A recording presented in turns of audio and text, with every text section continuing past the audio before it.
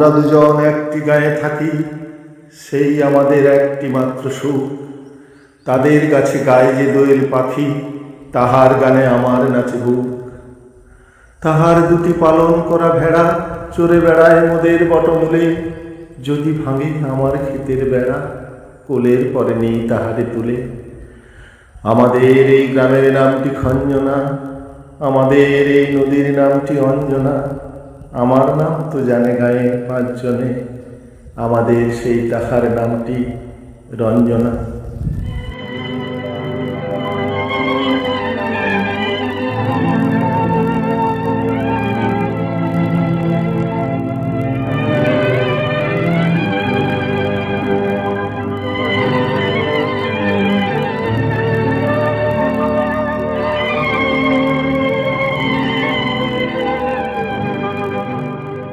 সংলাপ নাট্যমঞ্চ পরিবেশিত আজকের নাটক বিধায়ক ভট্টাচার্য রচিত তাহার নামটি রঞ্জনা।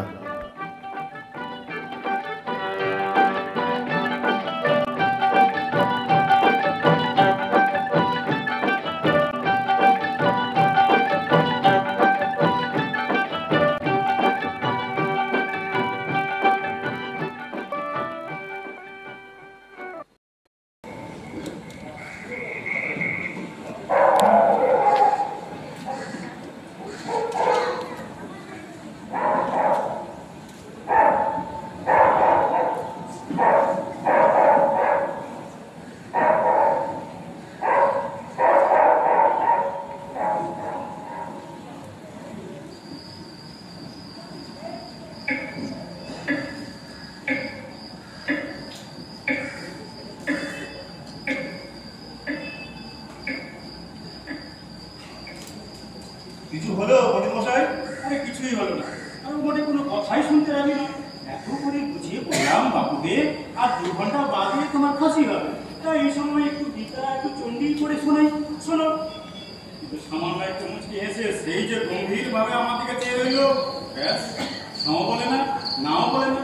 কাহা তো আর বসে বসে মশা কামড়ে খাই বলুন না, তাই চলেই এলাম। বেশ করেছে, বসুন চুপ করে। হ্যাঁ, ফাঁসির সময় হচ্ছে 3টে থেকে 4টে, এখন অনেক সময় বাকি। বসুন, গল্প করে যাক।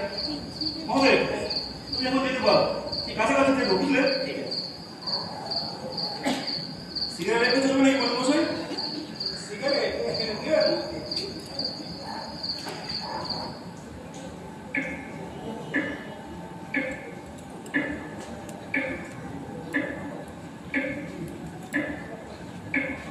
এরকম আশ্চর্য আসামি আমি জীবনেও দেখি।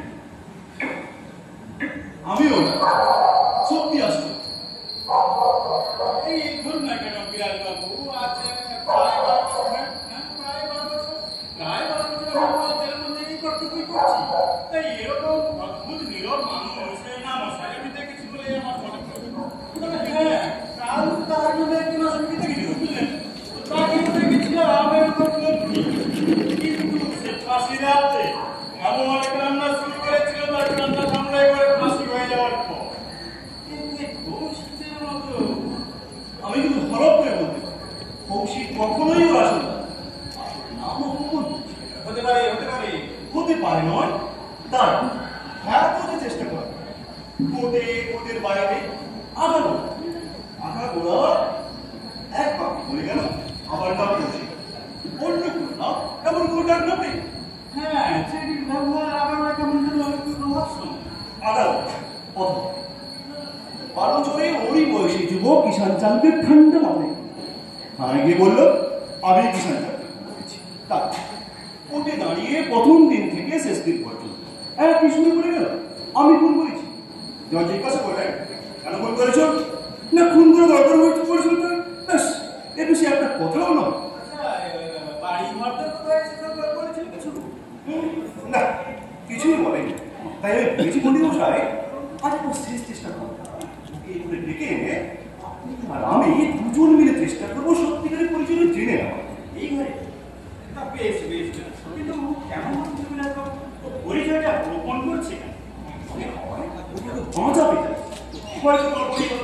কিংবা কোনো অথবা কোনো মেয়ে বারবার বলছে আমার কেউ কোথাও নেই।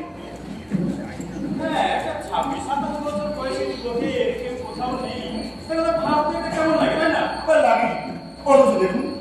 না মোটেও প্রথমবার মতো ভদ্র পরিচ্ছন্ন না।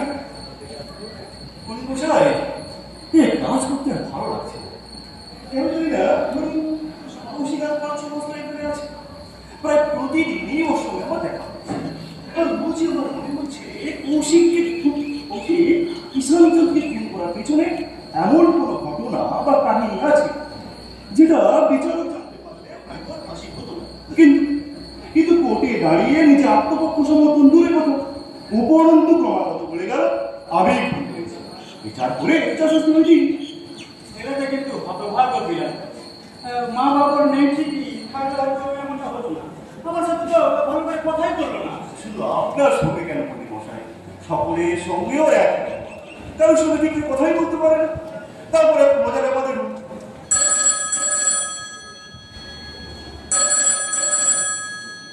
হ্যালো, হ্যাঁ কে বলছেন? হ্যাঁ আমি বিরাজ বলছি। আপনি কি কথা বলছেন? ও হ্যাঁ, গুড ইভিনিং স্যার। আমি সে আপনার পরামর্শ বুঝতে পারি। হ্যাঁ হ্যাঁ স্যার, সব ঠিকঠাক আছে। 3টে থেকে 4টের মধ্যেই ফাঁসি করতে রেগুলার পাঠাই স্যার। আগে ফাঁসি টেস্ট হ্যাঁ হ্যাঁ স্যার, সব ঠিকঠাক আছে। আপনি জানি স্যার, না স্যার কোনো বিলেঙ্গারি পাবেন। হ্যাঁ হ্যাঁ হ্যাঁ, সব 3টের মধ্যেই আসতে পেরেছি। না স্যার, আমি কিচ্ছু ভাববেন না। ওকে, গুড নাইট স্যার। না স্যার, গুড মর্নিং না, দিনের বিপদে আমাদের সূর্যোদয় পর্যন্ত নাই। ওকে স্যার, কিছু ভাববেন না। রাত্রি জেল সমাধান করছিলেন, ফাঁসি দড়াদড়িগুলো সব ঠিকঠাক আছে কিনা জানা।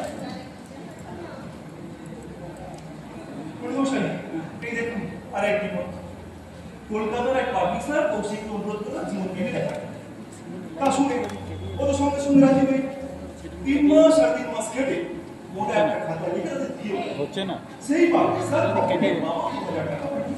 কাছে নতুন 1 বছর, সেই 1 মাস পরে তারা ভর্তি খানদার সিংহের অবস্থায় আমাদের দিলে পড়ে যাচ্ছে। রোজই ওকে বলছি, বাবা এই টাকাগুলো কি হবে বলে দাও, আমি তো কাছে রাখতে পারি না এই টাকা। বলবো আর একটু দেখি না একবার বলবো, তবে বলবে বটে বটে বটে, অন্য কিছু নয়। একটা কথা আমার বারবার মনে হচ্ছে, যদিও সত্যিকের কোথাও না থাকে তাহলে তো আমার চুকে গেল, কিন্তু যদি থাকে আমার মনে মনে কিন্তু কেউ আছে, তাও সারা জীবন ধরে কোনো খোঁজ পাবে না। তা কেন বিচার আরম্ভের পরে ও তো ছবিটাকে সবাই বেরিয়েছিল নাকি, তো যারা চিনবা তারা কেন চিনবে না? সে ওরে বাড়ি মন্দির নষ্ট শ্রীমান কৌশিক বলেন তিনি নাকি 16 বছর বয়সে বাড়ি থেকে পালিয়েছে। আর জানি তাছাড়া বাড়িতে কেউ কি নেই, বুঝতে পেরেছি। এই 10 বছরে ওর চেহারার এমন কোনো পরিবর্তন হয়েছে যা দেখে নিজের লোক চিনতে পারছেন না। কথায় কথায় অনেক সময় নষ্ট আর না। মহোদয় মহোদয়, কৌশিককে নিয়ে এসো। ঠিক আছে, এবারে নিয়ে আসো। হ্যাঁ এই ঘরে, আর এই ঘরেই। ঠিক আছে, সামান্য একটু বেআইনি হচ্ছে, ওকে আইন আমাকে সব। যদি কৌশিকের আসল নাম পরিচয় না গোটা বাংলাদেশ, এমনকি পাকিস্তান থেকেও আমাদের কাছে কয়েক হাজার সকলের একটি দয়া করে আসামি সম্পর্কে বিশদে কিছু প্রকাশ করো। যারা চিঠি লিখছে তাদের কেউ হারিয়েছে অথবা চলে গেছে, লিঙ্কন লাগিয়েছে। ও তাছাড়া আমার ওর কনফিডেন্সের অভাব আছে, ওর সত্যিকারের পরিচয় জানবার জন্য যে কোনো ধরনের ব্যবস্থা এই থেকে পাঠালাম, যদি সহানুভূতি সীমা লেগে আর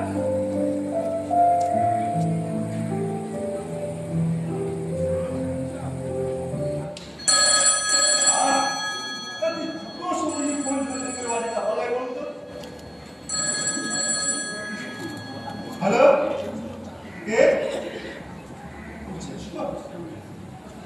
গুড নাইট স্যার। এত রাতে আপনি কোন কাজে যাবেন স্যার?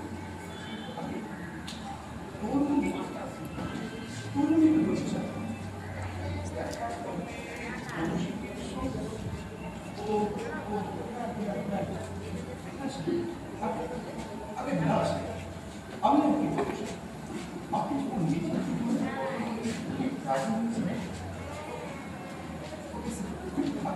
হ্যাঁ স্যার, সব ঠিকঠাক আছে। আমরা রেডি কি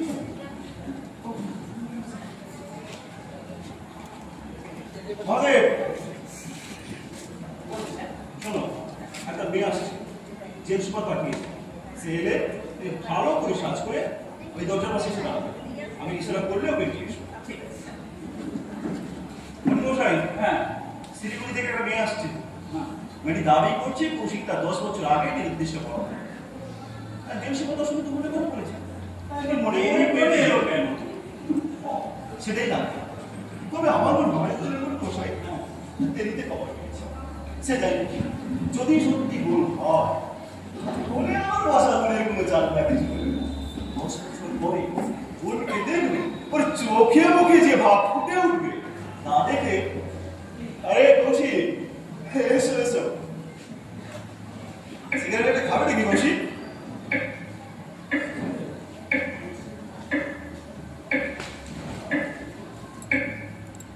না, আরে না,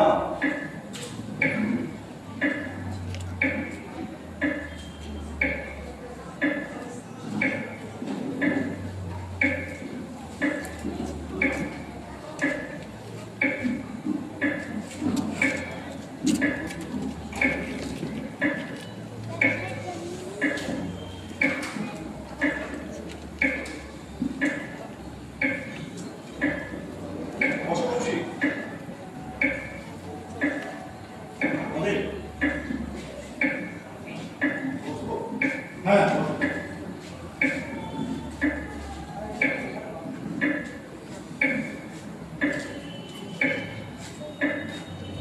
বলুন।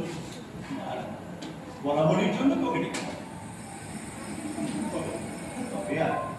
দেখলাম ওই ছোট্ট ছেলের মধ্যে পাখি শুনে গেলাম। তার চাইতে বরং এই ঘরটা বড় হওয়া আছে, এখানে বসে করছে। ধন্যবাদ অনেক আশ্চর্য, জানো কৌশিক, তোমাকে 6-7 মাস দেখছি, তোমার একদিনও মনে হয়নি তুমি খুনি। এই কিষান চাঁদকে খুন করে তুমি জেলে। আচ্ছা, খুন করতে গেলে কৌশিক সত্যি এই প্রশ্নটা আমার তোমার মনে হয় শিক্ষিত ছিল, শিক্ষিত লেখাপড়াই জানি না, সেবার সুযোগ পাই না পেয়ে সে কিন্তু কিষান চাঁদকে কেন খুন করতে গেলে? কোনো দরকার হয়ে পড়েছিল বলে ওর বেঁচে থাকার কোনো অধিকারই ছিল, তাই নির্মম ভাবে আমি খুন করেছি। আমি নিয়েছিলাম আমার বিচারের ভার, বিচার করেই তবে ওকে মৃত্যুদণ্ড দিয়েছি।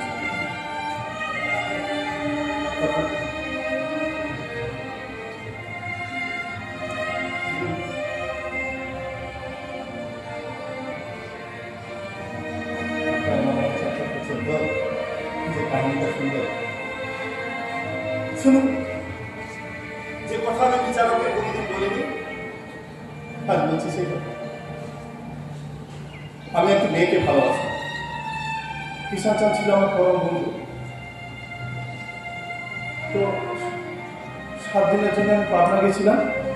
কিষান চাঁদকে বলে গেছিলাম তোকে দেখভাল করার জন্য।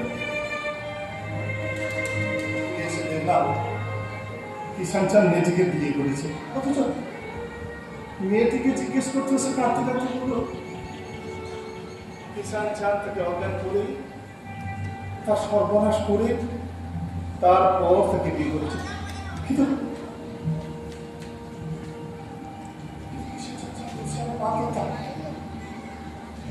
তাই বন্ধুর সঙ্গে বেইমানি করে শাস্তি ওকেও দিয়েছি। তখন বুঝতে পারিনি যে আমি বিচার করে দণ্ড দিলে কি হবে। দেশে আইন বলে একটা জিনিস আছে, সেও আমার বিচার করবে, আর তারও ফল এই মৃত্যুদণ্ড। কিন্তু একটা কথা ভেবে ভেবে আমার ভারী মনে আছে, জানি যে স্বর্গের চূড়ান্ত বিচার সবাই যেদিন আমার ডাক করবে সেদিনও কিন্তু বিচার চাঁদকে থাকতে হবে সেখানে। আমি বেশ জানি তখনও সে আমার দিকে মুখ তুলে চাইতেই পারবে না। কিন্তু বাবা আমাকে যে বললে তুমি স্বর্গ নরক মানো না। আমি ওদিন কথা বলেছি তোদের কথায় যদি থাকে তো বিচার হবে, না হয়ে গেল। মেয়েটি কথা বলবো না, নাম কি তার? তাও বলবো না।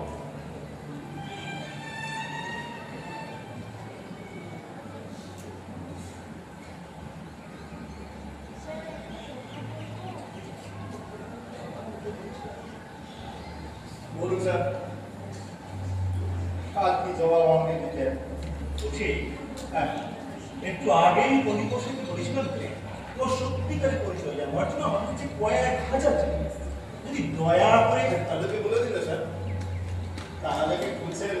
আমি ছেলে কিন্তু একটা পরিচয় তো আছে। আমার নাম বশীগুপ্ত, পিতার নাম ঈশ্বরগুপ্ত, বাড়ি বাঁকুড়া জেলা কুমারগঞ্জ গ্রামে। গ্রামের নাম কেষ্টপুর কিংবা বিষ্ণুপুর, ভুলে গেছি। ছেলেবেলায় বাড়ি থেকে পালিয়ে যাই, আর মা তার আগেই আরে তুমি কোর্টে বলেছো। জানতে চাইলেন, আমি বলছি। আমি জানতে চাই তোমার সত্যিকারের পরিচয়। মনে করো তোমার মা, তোমার খবর কিন্তু মা মারা গেছেন স্যার। দেখে আছেন।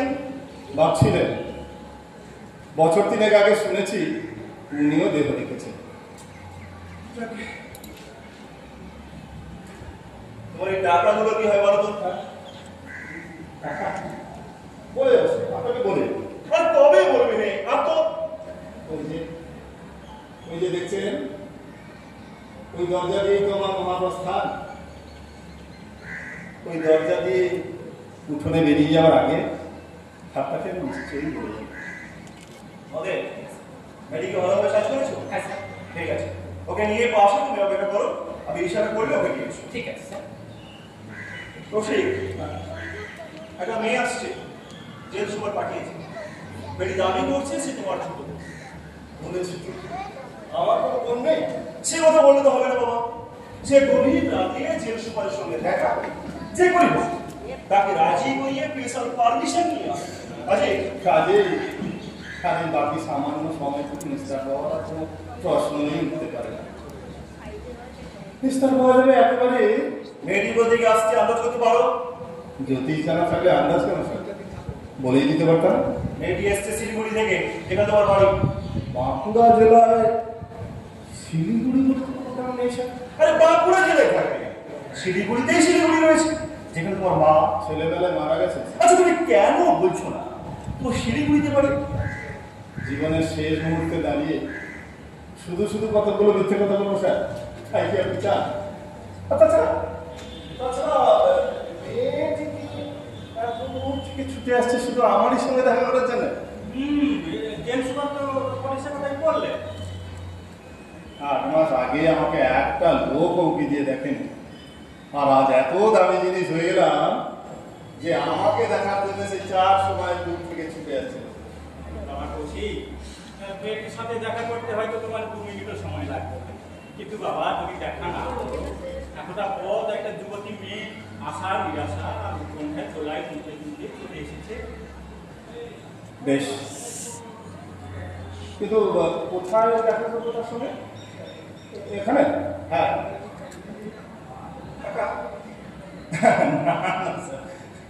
আপনার এ নিয়ে চিন্তা কোনো কারণ নেই। মেয়েটি সম্পর্কে আমার বিন্দু মাত্র কোনো কৌতূহল নেই। হয়তো আমার গরিব ঘরের করবি, হয়তো হয়তো পকেটের মধ্যে একটা ছোট্ট রিভলভার কিংবা 1 পুরিয়া পটাশিয়াম সায়ানাইড নিয়ে এসেছে। কিন্তু আপনি নিশ্চিন্তে থাকতে পারেন স্যার, পৃথিবীর কোনো কিছুর বিনিময়ে এমনকি একটি সুন্দরী তরুণীর মুখে হাসি ফুটিয়ে দেওয়ার জন্য মহামান্য ভারত সরকার কোনো ঠকাবে না। আমার জন্য যে পুরস্কার ধার্য করা হয়েছে তা আমি হাসি মুখে গলা পেতেই। বেশ, আমি মেয়েটির সঙ্গে তোমাকে একলাই কথা বলতে দেবে। ধন্যবাদ স্যার। রসিক, এরকম ঘটনা জেলের মধ্যে আগে কখনো ঘটেনি। তবু তোমার আত্মসম্মানের উপর নির্ভর করেই আমি সম্মতি দেব। বল।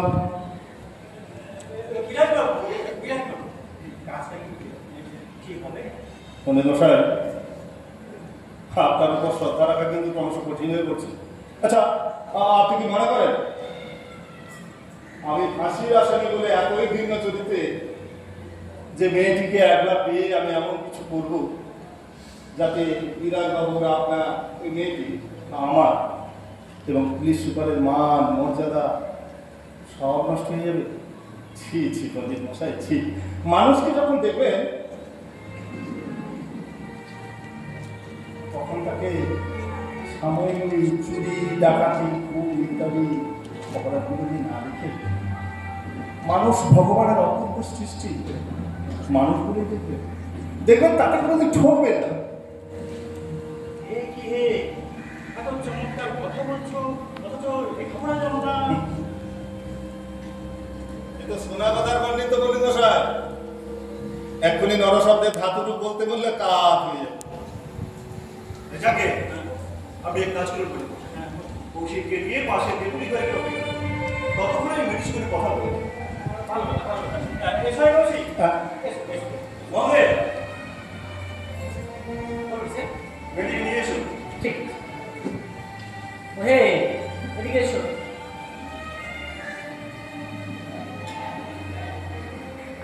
এসো মা, এসো।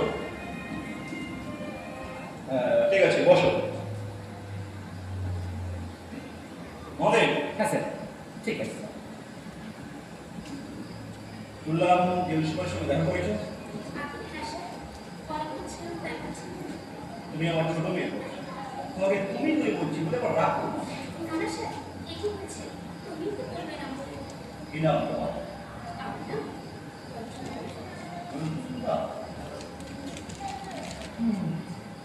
আচ্ছা, তুমি কৌশিকের সঙ্গে দেখা করতে চাও, তাই না? না না, ঠিকই আছে। তবে আরেকটু পরে এলে সত্যি নেই, মাসির সময় হচ্ছে 3 থেকে 4। এখন আমি তোমাকে একটা কথা জিজ্ঞাসা করবো। হ্যাঁ, না না, ভয় পাওয়া নেই। তোমাদের এই দেখা করার বিষয়টা একটু সহজ করে দিতে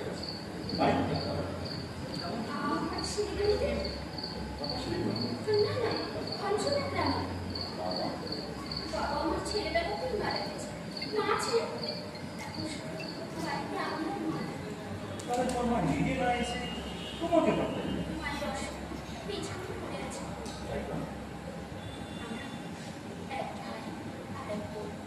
সেই জন্যই তো ছেলেবেলায় কৌশিক বাড়ি থেকে পাঠিয়েছিল। ওই যে গ্রামে থাকলে কিছু হবে না, সাথে গিয়ে ভালো কাজকর্ম শিখে সেই জন্যই তো। আচ্ছা, ওর সঙ্গে সেসব কবে দেখা হয়েছিল? 8 বছর আগে। এতদিন? এখন তো বয়স এতদিন করে দেখা হবে, তুমি চিনতে পারো না? দেখুন সেই আমিও সেখানে ভাবছি, ভয় হচ্ছে কত চিনতে পারবো না।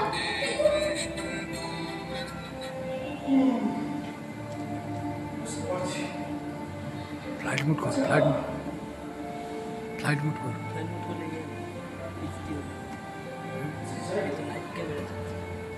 কেন? চিনতে পারো না। না না, আমরা কিছু খবর পাইনি। গেল সোমবার বাড়িতে ছেড়ে চুক্তিতে দাদার ছবি ও মামলা, যদিও সেই ছবির সঙ্গে আমাদের কোনো মিল নেই। মাস্টার মশাই অশোকবাবু আছে না, তার ছোট বোন। জামামা একবার নকল করছে, দেখলাম অন্য সময় নিচু লড়কি ভালো না কম্পিউটার তাই আমি বলছি মা, আপনার মা এলে খুব ভালো হতো। এতদিন পরে তোমার সঙ্গে দেখা, তুমি যদি চিনতে না পারো। আমি চেষ্টা করবো স্যার, আমি খুব চেষ্টা করবো। তা করো, তা করো। কিন্তু আমার জন্য মনে হচ্ছে ও তোমার চেনা নেই। নিশ্চয় এমন কোনো গুরুতর কারণ রয়েছে যার কারণে ও তাহলে তো ওর সঙ্গে আমি দেখা করবো। আমাদের ভাই বোনের ছোটবেলায় এমন কত ঘটনা আছে যা ও কেউ জানে না। এসব কথা জিজ্ঞাসা করে আমি ওর মুখের খবর করবো, তাহলেই তো ধরা পড়বে। তো দাদা রবীন্দ্রনাথ এত ভালোবাসতো যে ওকে রবীন্দ্রনাথ বলবো, আর এই সময় বলবো তাকে। বুঝতে পারছি মা, তোমাকে সে হেরে ফিরে যেতে হবে। তুমি বলছো ও রবীন্দ্রনাথ ভালোবাসে, আর ও হচ্ছে একদম লেখাপড়া। তুমি তো জীবনে কোনোদিন রবীন্দ্রনাথের নামই শুনি। ঠিক আছে, তোকে একটা কথা বলি না, যদিও তোমার ভাই হয় তাহলে তুমি মেয়ের চরিত্রে কথা বলতে পারো, ঠিক আছে? হ্যাঁ, তবে আর যদি ভাই না হয় আমার তো সময় নষ্ট করবে না, কেমন? ঠিক আছে স্যার, তাই হবে। কিন্তু এখন আমার ভয় করছে। কেন? ভাবছি নাহলে বাড়ি ফিরে তুমি মাকে কি বলবো? আর তাদের যদি না হয় তাহলেই বা বাড়ি ফিরে গিয়ে মাকে কি বলবো? এই পাশের ঘরে কৌশিক রয়েছে, আমি ওকে পাঠিয়ে দিচ্ছি। ট্রাই ইউর লাক মাই লাভ। মহাদেব, মহাদেব, কৌশিককে নিয়ে এসো। এসো কৌশিক।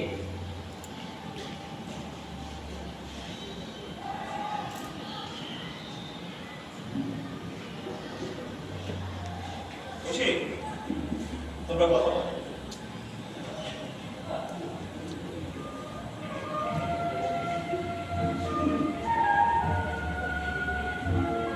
চিনতে পারছো?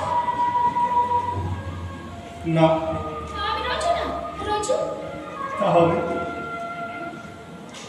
আমি তো আপনাকে, আপনি নয়, আমাকে তুমি বলো। আমি চিনতে পারছি না। তোমার নাম কি? আমার নাম কৌশিক গুপ্ত। তুমি তুমি ঠিক জানো ওইটা তোমার নাম? নিশ্চয়ই জানি। জীবনের শেষ মুহূর্তে দাঁড়িয়ে নিজের কথা কেন? খঞ্জনা নামে যাওনি কখনো তুমি? খঞ্জনা? খঞ্জনা? ভারী মিষ্টি নাম তো, খঞ্জনা। তোমার বাড়ি কোথায়? আমার বাড়ি মাথায় গ্রামের নাম কেষ্টপুর কিংবা বিষ্ণুপুর, ভুলে গেছি। ছেলেবেলায় বাড়ি থেকে পালিয়েছিলাম তো, তাই। ও, তুমি কোথায় বসো? বই? হ্যাঁ, বই। কবিতার বই, রবীন্দ্রনাথ। যাকে প্রত্যেকদিন রাত্রে ঘুমাবার আগে কাউকে আবৃত্তি করে শোনাবে। আবৃত্তি কাকে বলে আমি তাই জানি না। আচ্ছা, তুমি কোন হাই স্কুলে পড়তে? কত দূরে হতে পারেনি, পাঠশালা থেকে পালিয়েছিলে। কিন্তু যে সময় কাছে শুনলাম তুমি এখন বই লিখেছো। লেখাপড়া জানো না তো বই লিখতে কি করে? এই বাংলায় বই লেখার জন্য লেখাপড়া জানার দরকার হয় না। এই যেমন ভাবে তোমার সঙ্গে কথা বলছি, এখন বই লিখেছি। আর তাছাড়া মিথ্যে কথা সাজিয়ে গুছিয়ে লিখতে কোনো অসুবিধা হয় না। সব মিথ্যে কথা লিখেছো? সব মিথ্যে কথা। কেন লিখলে তবে? কি করবো? সবাই খুনির জীবনের মধ্যে রোমাঞ্চ খোঁজে, ওইটাই বেশি করে দিয়েছি। আমি এত কথা জিজ্ঞাসা করছি বলে তুমি রাগ করছো না তো? না, আমি রাগ করবো কেন? আমার সঙ্গে কথা বলে তুমি যদি শান্ত না পাও, কেনই বা তাতে বাচ্চা? আরো কিছু জিজ্ঞাসা করতে থাকলে করো। তুমি বইতে কিচ্ছু পড়োনি? না। তোমার সঙ্গে মিঠুদের কোনো আদর নেই এ কথা আমি বলবো না। আদর নিশ্চয়ই আছে, কিন্তু আমি ধরতে পারছি না। মিঠু বুঝি তোমার দাদার ডাক না? আচ্ছা, রবীন্দ্রনাথের কোনো কবিতা তোমার মনে আছে? না। আমি একটা লাইন বলি, দেখো তো পরের লাইনগুলো তোমার মনে পড়ে কিনা। কৃষ্ণকলি আমি তারই বলি, কালো তারি বলে গায়ে তো। মেঘলা দিনে দেখেছিলেন মাঠে কালো মেয়ে, কালো পরিচয়। ঘোমটা মাথায় ছিল না তার মতি, মুক্ত বেনি পিঠের পরে লোটে। বলো না, বলো না, তারপরে কি? বলো না। বলেছি তো আমি আবৃত্তি করতে জানি না। তাহলে তুমি আমার মিঠু দাও। তুমি যদি আমার মিঠু দাও এক্ষুনি বলে উঠতে, কালো তা সে যতই কালো। আমি দেখেছি তার কালো হরিণী চোখ। তুমি চলে যাচ্ছ? আমার সাথে কথা দিয়েছিলাম, তুমি যদি আমার দাদা না হও তাহলে আমার খুব সময় নষ্ট করবো না। এবার আমি তোমাকে তো একটা কথা জিজ্ঞাসা করি। তুমি তুমি কি জিজ্ঞাসা করবে আমাকে? তুমি তো আমার কিচ্ছুই জানো না। আমাকে কি তুমি চেনোই না? সত্যি তবু জিজ্ঞাসা করি।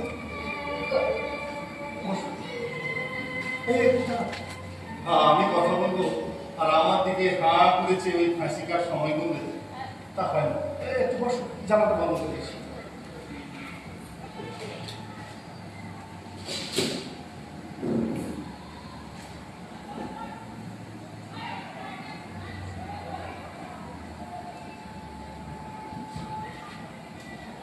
আচ্ছা, আমার একটা কথা কিছুতেই মাথায় আসছে না। তোমার বাবা মা নিজেরা না এসে কোন আক্কেলে তোমার মতো একটা কোচিং মেয়েকে এতদূর পাঠিয়ে দিবে? বাবা নেই, হ্যাঁ, মা আছে, অসুস্থ, বিছানায় পড়ে আছেন, ওঠবার খবর নেই। আচ্ছা,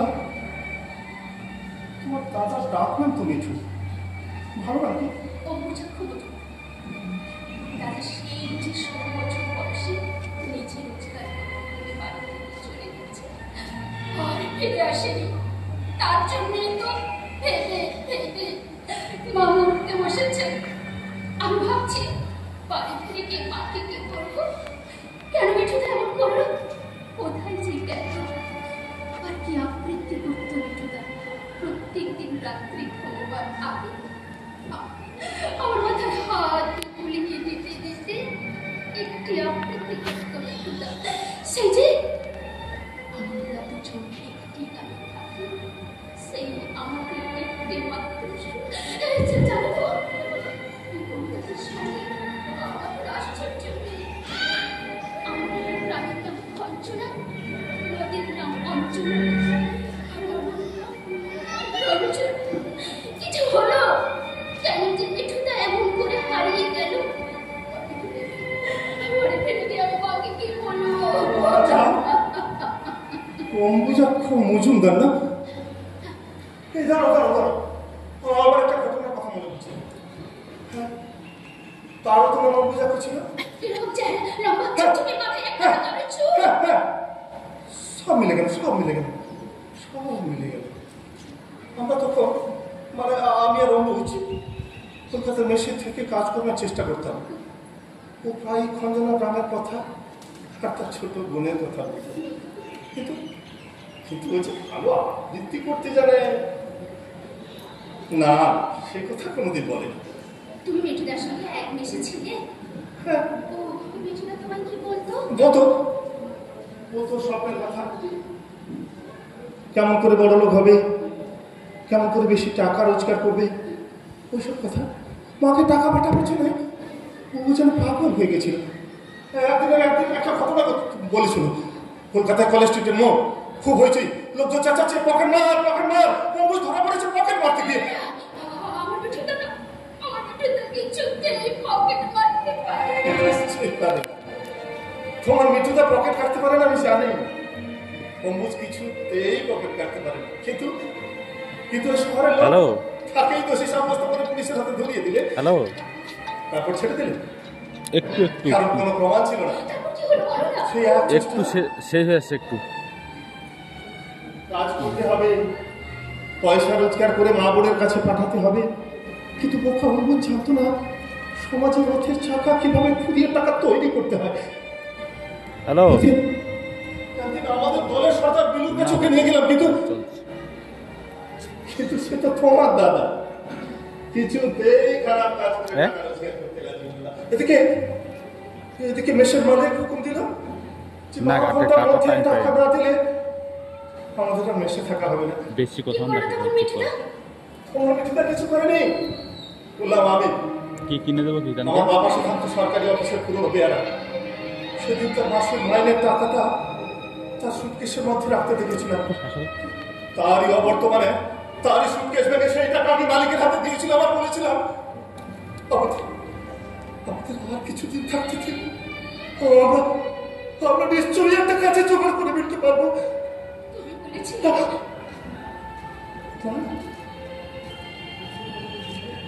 আমার সামনে তোমার মিঠুদা মালিককে বলেছিল। সেই রাত্রে তোমার মিঠুদা একটা ভীষণ ভালো আবৃত্তি তৈরি করেছিল। হ্যাঁ, শুনেছি তো, কি ভীষণ সুন্দর আবৃত্তি। আমাকেও তো একটা শিখিয়ে দিয়েছিল। দুজনে একসঙ্গে মাঝে মাঝে আবৃত্তি করতাম। না না, এমনি এই দু চারটে। কিন্তু আমরা দুজন না না ওটা শেখায়নি, ওটা আমি জানি না।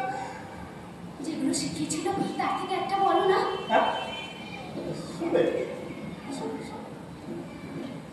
দুঃখীরে দেখেছি নিত্য, পাপেরে দেখেছি নানা ছলে, অশান্তির ঘূর্ণি দেখি জীবনের স্রোতে পলে পলে। মৃত্যু করে লুকোচুরি সমস্ত পৃথিবী জুড়ে ভেসে যায়, তারা সরে যায়, জীবনের উড়ে যায় অনেক বিদ্রোহ।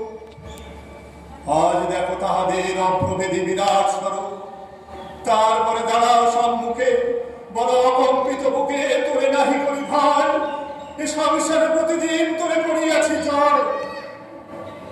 তোর চেয়ে আমি সত্য, এ বিশ্বাসে প্রাণ দিব দেয়। শান্তি সত্য, শিব সত্য, সত্য সেই চিরন্তন এক। তোমার বলা যে একই পড়াতে যুগের মতো। না না না না, তুমি আমার ভুল করছো, আমার নাম কৌশিক গুপ্ত, বাড়ি বামুন্ডা জেলার কোলায় বটগ্রামে গ্রামের নাম কেষ্টপুর কিংবা বিষ্ণুপুর। ছেলেবেলায় বাড়ি থেকে পালিয়ে এসেছিলাম, লেখাপড়া কিচ্ছু জানি না। কৌশিক কৌশিক কৌশিক।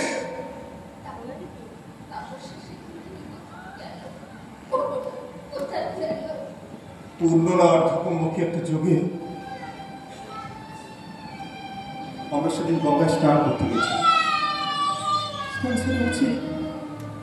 এমন সময় একটি মেয়ে আত্মচিৎকার করে বললো, ডোবো, কে কোথায় আছো? আমার ছেলে হারিয়ে গেছে, তাকে খুঁজে এনে দাও। কেউ বললো, ও তো তুলে জলে নেমে যাচ্ছে। সবাই হুকুম করে লাফিয়ে পড়লো জলে। সে দেখি আমার কাছে হুকুম নেই, সেও ঝাঁপিয়ে পড়েছে জলে।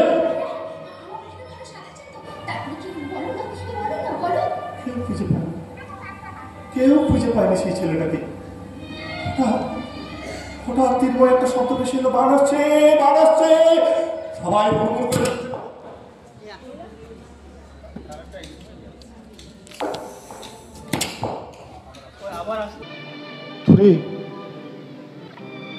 তুলে ডান হাতে বুকের কাছে বাচ্চাটাকে চেপে ধরে বা হাতে জল কাটতে কাটতে বাংলার সেই বীর সন্তান অবুজাক্ষ মজুমদার এগিয়ে এলো।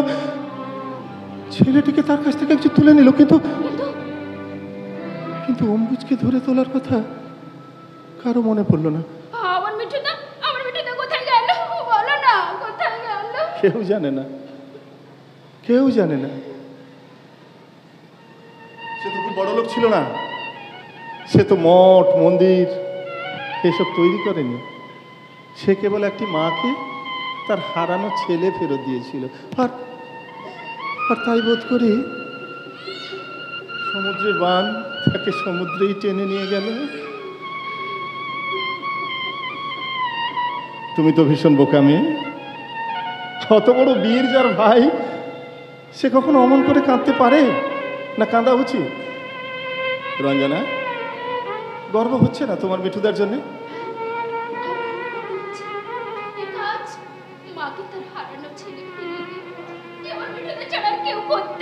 তবে আজকে যদি রোগে ভুগে বিছানায় পড়ে থেকে কিংবা ধরো আমার মতো মানুষ খুন করে আজকে যদি তোমার মিঠুদা মারা যেত, তাহলে তোমরা কি করতে জানি না। আমি কিন্তু মিঠুকে ভীষণ ঘৃণা করতাম, কিন্তু যা করে যেভাবে সে সকলকে ফাঁকি দিয়ে চলে গেছে, তাতে আমাদের সবাইকার মুখ উজ্জ্বল হয়েছে। এরপর তুমি যখন ফিরে গিয়ে মায়ের কাছে তার কথা বলবে, গর্বে তখন তোমার বুক ভরে উঠবে। আর মা তখন এমন বীর পুত্রকে গর্বে ধরেছিলেন বলে আনন্দে চোখের জল ফেলবেন।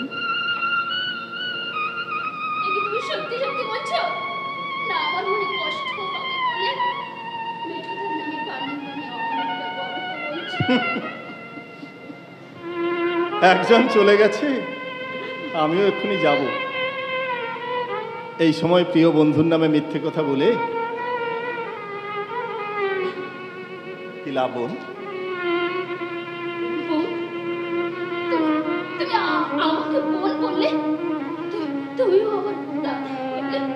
হলাম বই কি? মিঠুর বোনের দাদা হওয়ার লোভ কি সামলানো যায়? বাড়ি ফিরে গিয়ে তোমার কথা মাকে গিয়ে বলবে বলবে বলবে আর এই অভাগা দিশেহারা এই অজানা ছেলেকে তিনি যেন ক্ষমা করেন। আমি তোমাকে একটা প্রণাম করবে আমাকে? কিন্তু কিন্তু আমি তোমাকে কি আশীর্বাদ করব, কি দেব তোমাকে রঞ্জনা?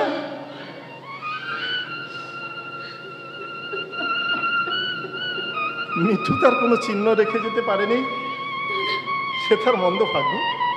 কিন্তু কিন্তু আজ এই যে জেলের মধ্যে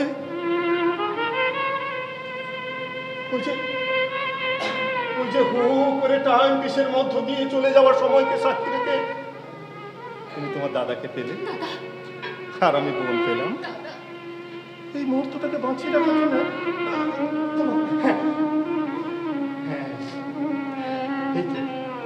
এতে আমার রোজগারের 2000 টাকা আছে, এইটা তুমি না না না না না বলো না, না বলো না।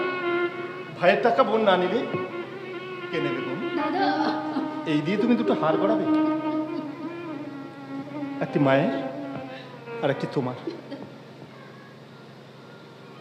মায়ের লোকেটে লেখা থাকে তার ছেলের নাম অম্বুজ, আর তোমার লোকেটে লেখা থাকবে তোমার এই দাদার কথা কৌশিক।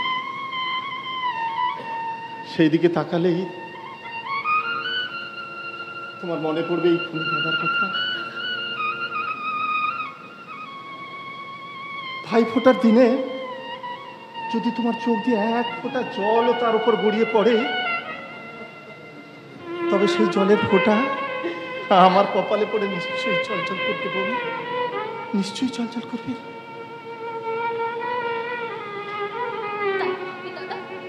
তাই হবে।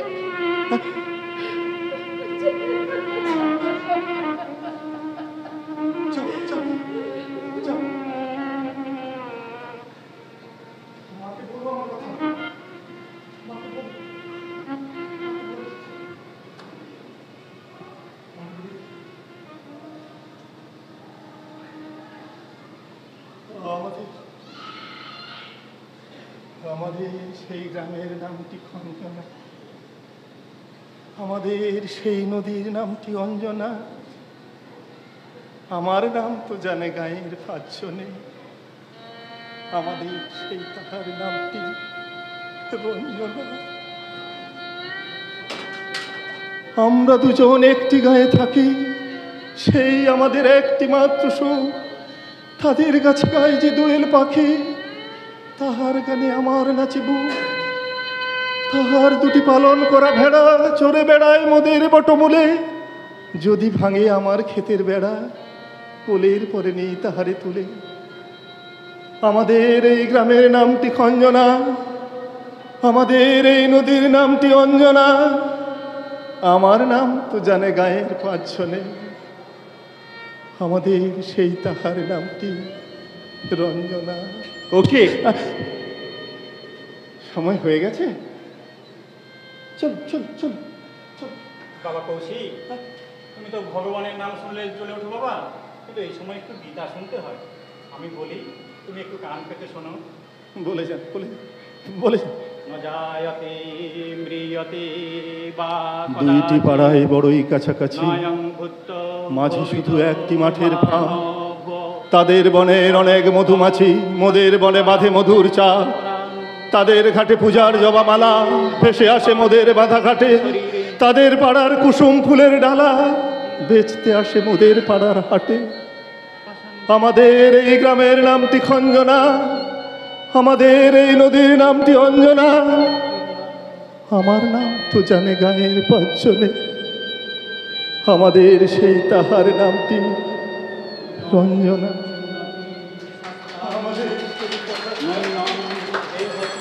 রঞ্জনা ন চৈনং হৃদয়ন্ত